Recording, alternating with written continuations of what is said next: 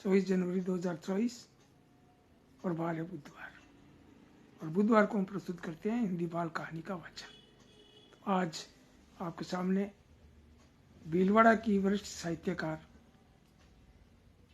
कवित्री, कथाकार, लेखिका, समीक्षक और मंच संचालक रेखा लोढ़ा स्मिथ, इनकी एक कहानी का वाचन करने जा रहा हूँ। डर के आगे जीत है। तो आप ये सुनिएगा। और कहानी से पहले कुछ बातें भी बहुत ज़रूरी हैं, क्योंकि अभी मैं असम जाकर आया हूँ, गुवाहाटी दिल्ली होते हुए, और थोड़ा सा एक अनुभव है वो आपके साथ में शेयर करना चाहता हूँ। आज सुरेश चंद्र सरवाला जी कोटा से पधारे हैं। भाई आपको शुभ संध्या, प्रणाम। आपको बहुत बढ़िया लग रहा है और कार्यक्रम की उपस्थिति जो है वो पता लग जाता है भी कार्यक्रम अब शुरू है। तो खास बात यह है कि गुवाहाटी जाने का मौका मिला, बहुत बढ़िया। और वहाँ के असम के एक योद्धा, रणनीतिकार लाचित बरफुकन के जो जीवन संघर्ष पर एक जो कृति तैयार की थी, हमने विजन देश भर के 23 रचनाकारों ने अनुवाद किया था और एक मूल जो थी वो अंग्रेजी में थी। तो 24 भाषाओं की किताब का लोकार्पण था गुवाहाटी में। और लोकार्पण किया किसने? ये हमारे देश के गृह मंत्री माननीय श्री अमित शाह जी ने वहाँ किया। और श्रीमंत शंकरदेव इंटरनेशनल ऑडिटोरियम गुवाहाटी, जहाँ लगभग 2000 से अधिक गणमान्य नागरिक, मंत्रीगण, अनुवादक, विधायकगण और अन्य प्रबुद्धजन वहाँ उपस्थित थे।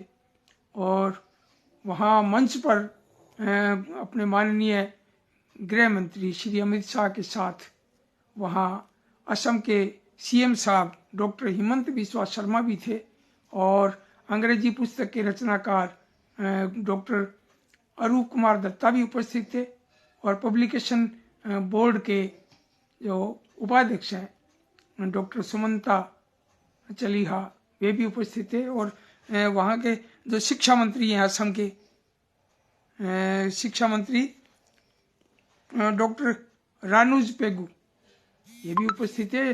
और शिक्षा मंत्री जी ने सभी जो रचनाकारों को, अनुवादकों को वहाँ सम्मानित भी किया। और सम्मान स्वरूप जो है ये अपने जीपी जी से बोलते हैं। जीपी वो जैसे एक यहाँ मैंने फोटो में लगाया भी था वो, तो वो जो है ना जिसे बहुत ही सम्मान सूचक है, वो एक रंगीन छतरी सी है ना, बहुत, जिसका नाम है जीपी। और एक मैं ये दिखाना चाहूँगा आपको, ये देखो आप, ये जो है ये जीपी, ये वहाँ शिक्षा मंत्री जी ने सम्मान स्वरूप वहाँ सबको एक एक ये जीपी से सम्मानित किया। और एक दुपट्टा जो है असम का बहुत ही सम्मान सूचक, वो भी सबको अंग वस्त्र के रूप में वो भी दिया। और बहुत बढ़िया लगा, इतने लोगों से मिलना हुआ, इतने लोगों का मान सम्मान मिला वहाँ। और सीएम साहब ने भी अपने भाषण में उन्हें धन्यवाद दिया, और अमित शाह जी ने भी सभी रचनाकारों को, अनुवादकों को, साहित्यकारों को बधाई दी।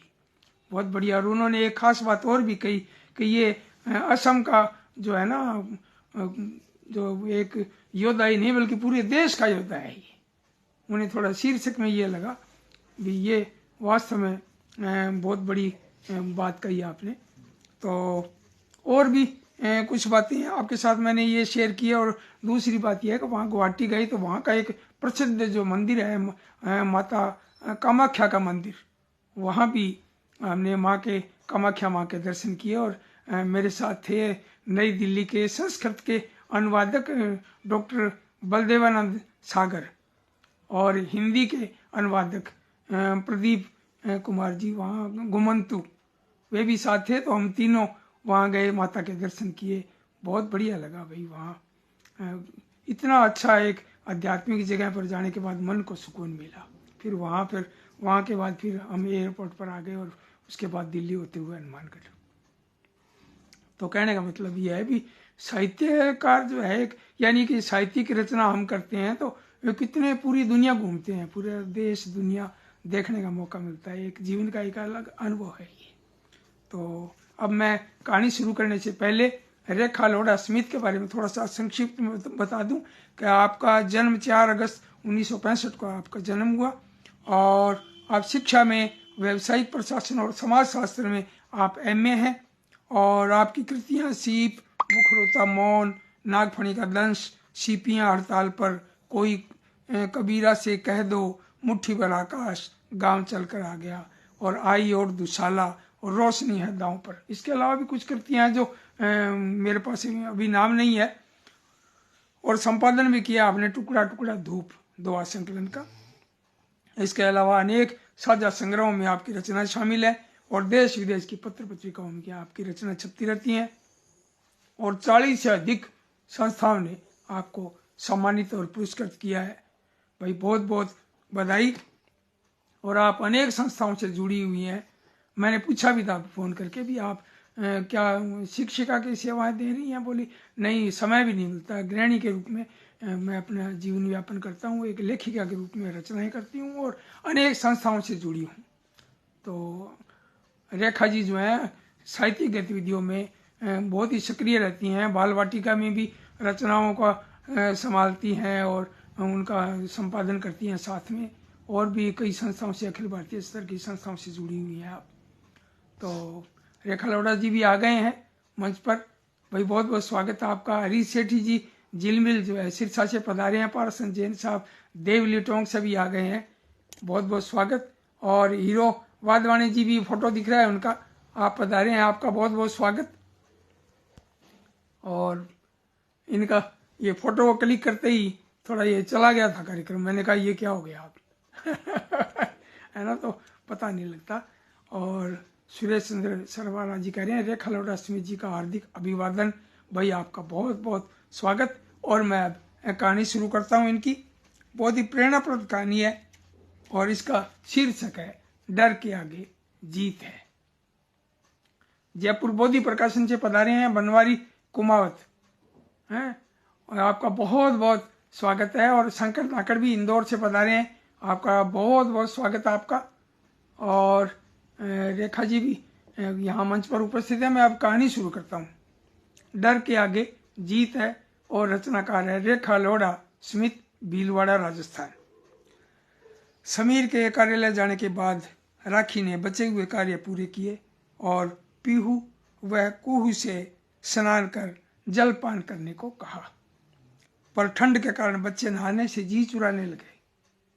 तब राखी ने कहा स्नान बहुत जरूरी है बच्चों, हमारे बचपन में गीजर हीटर कुछ नहीं होते थे, कितनी भी ठंड हो बिना नहाए हमें खाना नहीं मिलता था।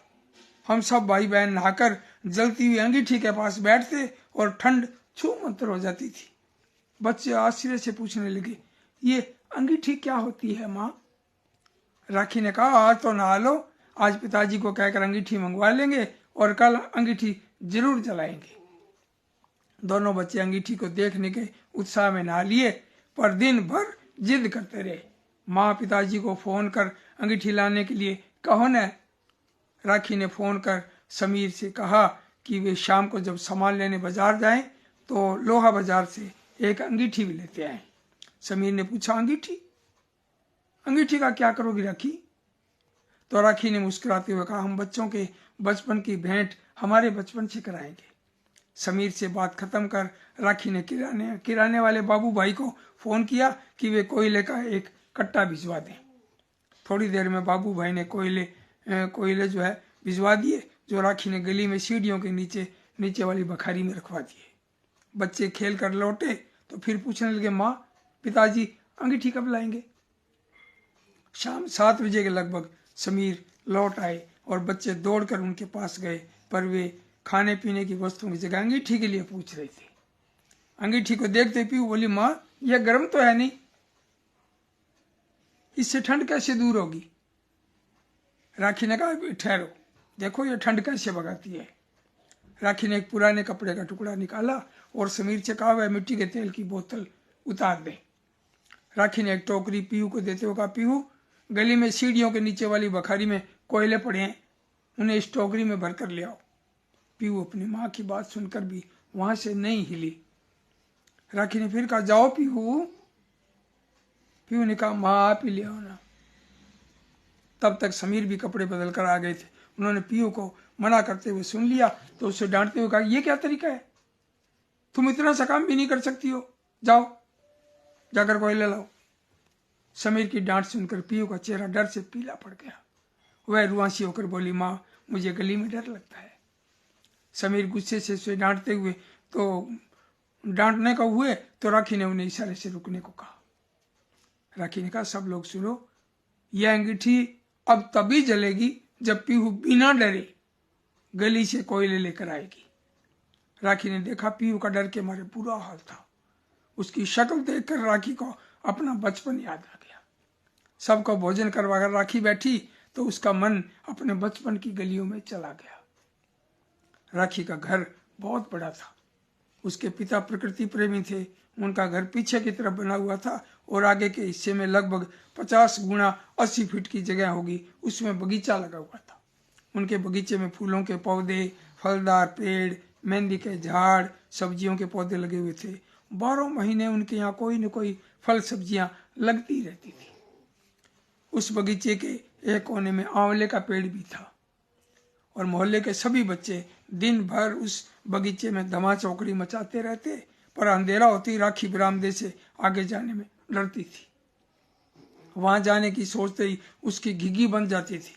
राखी के यहाँ हर संध्या तुलसी व केले के पौधों, बेल पत्र और आंवले के पेड़ों के सामने दीपक जलाया जाता था। राखी की माँ कभी उसे दीपक रखने को कहती तो वह डरती डरती केले व बेल पत्र के आगे तो दीपक रख देती, क्योंकि वे ये बरामदे के बिल्कुल पास ही थे, पर वह आंवले के आगे दीपक रखने नहीं जाती।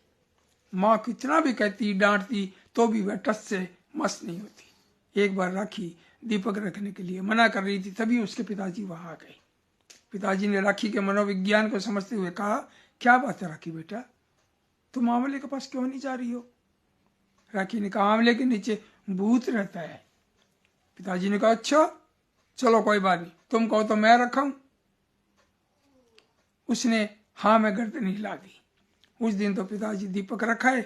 उसके बाद माँ ने राखी को दीपक रखने के लिए नहीं कहा। 2-4 दिनों में वह इस घटना को भूल चुकी थी।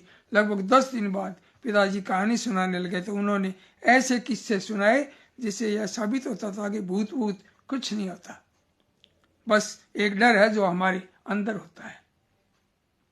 इसके 3 दिन बाद पिताजी ने कहा बच्चों तुमको पता है यदि पेड़ पौधों को गीत संगीत सुनाया जाए, उनसे बातें की जाए तो वे हरे भरे हो जाते हैं, अधिक फल फूल देने लगते हैं और हमारे मित्र भी बन जाते हैं। पिताजी की बात सुन राखी ने पूछा सच पिताजी, क्या सचमुच ऐसा होता है? पिताजी ने पुस्तक में छपा एक लेख दिखाते हुए कहा यह 100% सत्य है बेटा। तब राखी और उसके भाई ने कहा पिताजी हम रोज दिन में पेड़ों को गीत कविता और भजन सुनाएंगे। पिताजी ने कहा दिन में नहीं, कल शाम को हम सब यह कार्य करेंगे। दूसरे दिन शाम को पिताजी ने उन्हें बुलाया और कहा मैंने हर पेड़ पौधे के आगे 4-4 इलायची रख दी है।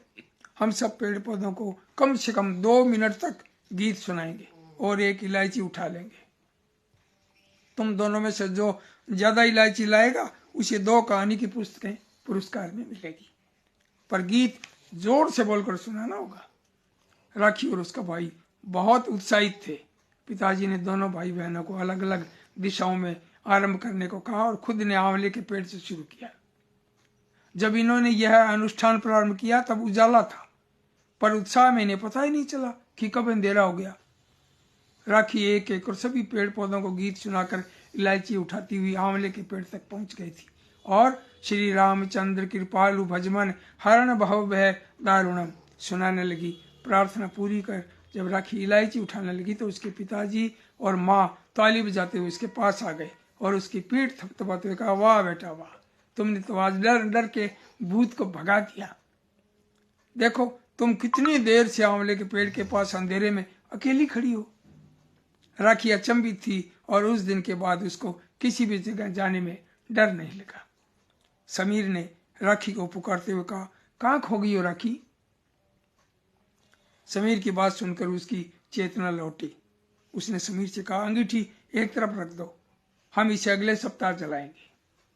मन ही मन उसने अपने पिता को प्रणाम किया और पीहू के मन में बसे डर के भूत को भगाने की योजना बना ली। 2-3 दिन बाद राखी और बच्चे टीवी देख रहे थे, तब टीवी पर एक विज्ञापन आया, डर के आगे जीत है। बस राखी को अवसर मिल गया। उसने टीवी बंद कर बच्चों को वे सभी किस्से सुनाए जो उसके पिताजी ने सुनाए थे। उसने बच्चों से कहा, डर बार कहीं होता ही नहीं, वह हमारे मन में होता है। इतना कहकर उसने अपनी बात खत्म कर दी। और 3-4 दिन बाद राखी ने कुछ सुंदर सुंदर पत्थर इकट्ठे किए और घर में अलग अलग जगह छिपा दिए। अंधेरा होते ही उसने पीहू और कुहू को बुलाकर कहा, तुम में से साइकिल किसको चाहिए? तो दोनों बोलने लगी, मुझे चाहिए, मुझे चाहिए। राखी ने एक पत्थर दिखाते हुए कहा, देखो मैंने ऐसे पत्थर घर की कई जगहों पर छुपा कर रख दिए हैं। तुम में से जो भी सबसे पहले सबसे ज्यादा ढूंढ कर लाएगा उसे साइकिल मिलेगी। दोनों बच्चे जाने लगे तो उसने कहा, ठहरो ठहरो, पहले शर्त तो सुन लो। जैसे तुम्हें पत्थर मिले तुम्हें 1 से 100 तक गिनती बोलकर पत्थर उठाना है। और दोनों दौड़ दौड़ कर पत्थर ढूंढने लगी।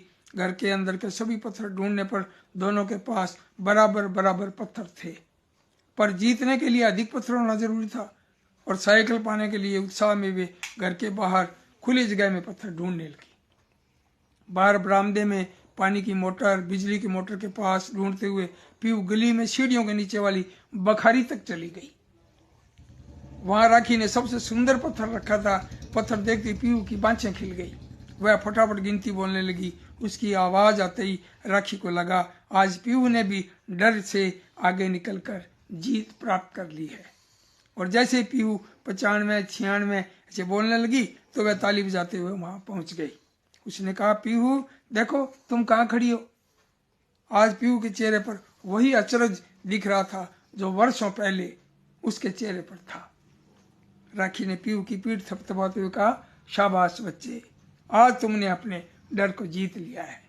सभी घर के अंदर आ गए और 2 मिनट बाद पीहू टोकरी में कोयले भरकर ले आई और बोली, माँ अब तो अंगीठी जलाएं, आज तो ठंड भी बहुत अधिक है। समीर कार्यालय से लौटा तो जलती हुई अंगीठी को देखकर समझ गया कि राखी की योजना सफल हो गई है। उसने मुस्कुराते हुए कहा, आज तो उत्सव होना चाहिए, नई अंगीठी भी जली है और हमारी बहादुर पीहू का जन्म भी हुआ है। राखी ने कहा, बिल्कुल, इस अंगीठी पर हलवा बनाती हूँ। और राखी के चेहरे पर फैली खुशी की चमक अंगीठी के दहकते अंगारों से टक्कर ले रही थी। तो भाई ये कहानी रेखा लोढ़ा स्मिथ की थी और कहानी का नाम था डर के आगे जीत है। तो दिया शर्मा हमारी बिटिया भी पधारी है और हरीश तिवारी जी भी, हमारे कंवर साहब भी पधारे हैं कुदन सीकर से। भाई प्रणाम आपको, बहुत बहुत प्रणाम। और सुरेश चंद्र सरवारा जी, हरीश सेठी झिलमिल सिरसा से कह रहे हैं बहुत स्वागत आपका। रेखा लोढ़ा स्मिथ जी कह रही हैं आभार सुरेश जी का। भाई बहुत बढ़िया। सुरेश जी कहते हैं कि सुरेश चंद्र सरवारा जी कह रहे हैं, डर के आगे जीत प्रेरणादायक बाल कहानी के लिए लेखिका जी को हार्दिक बधाई। भाई बहुत बढ़िया, बहुत सुंदर है ना। और कमेंट आज कुछ कम आए हैं, कहानी कुछ लंबी भी थी है ना। तो आपका बहुत बहुत आभार। और अब कल मिलते हैं हिंदी बाल कविताओं के साथ शाम को 7 बजे। कल गुरुवार को दीनदयाल की चौपाल में आपका इंतजार रहेगा, आपकी प्रतीक्षा रहेगी। रेखा लोढ़ा जी भी बधाई दे रहे हैं, धन्यवाद दे रहे हैं। ये भी बहुत बहुत आभार आदरणीय, आपकी प्रस्तुति ने कहानी को जीवंत कर दिया। और सुरेश चंद्र जी भी बधाई दे रहे हैं सुंदर प्रस्तुति के लिए, धन्यवाद। कल मिलते हैं हिंदी बाल कविताओं के साथ और कार्यक्रम का नाम है दीनदयाल की चौपाल। नमस्कार।